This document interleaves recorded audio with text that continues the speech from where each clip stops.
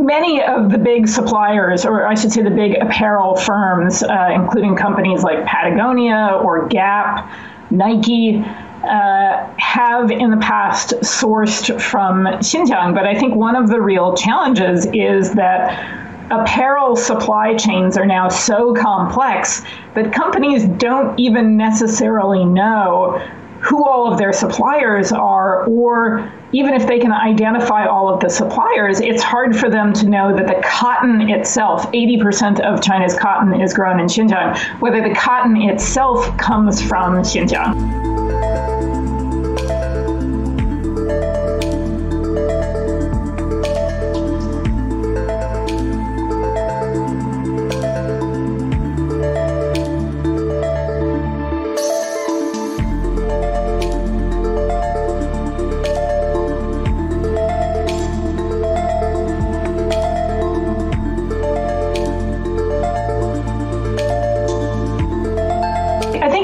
To understand that Uyghurs are already living lives of extraordinary constraint. They are monitored in all aspects of their lives. They even have officials move into their homes to observe their behavior.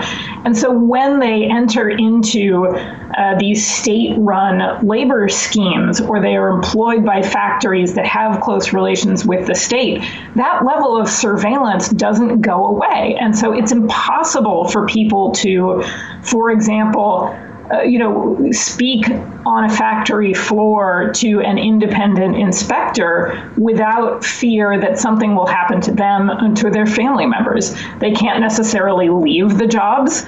If they have complaints about how they're being treated in those factories or in those jobs, there's no way for them to advance those claims and get some sort of positive outcome without fearing reprisals either from the factory itself, the management, the company, or the local authorities.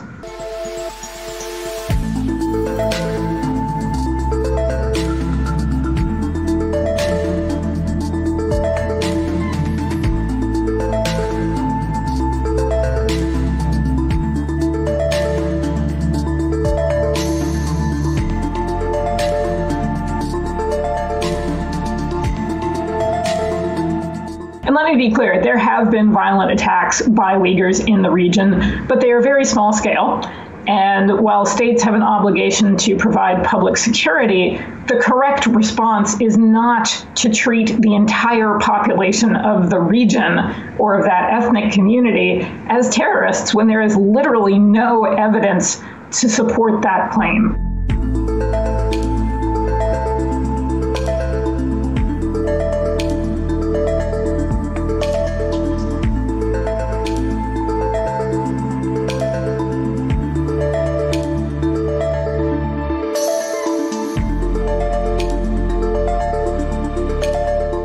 Think about what you're buying and whether you have other options that you have more confidence in. But also for the Uyghurs, they need the world's help in holding accountable the Chinese government officials who are responsible for gross human rights violations in the region. And every government that says it cares about human rights should be pursuing that as a top priority.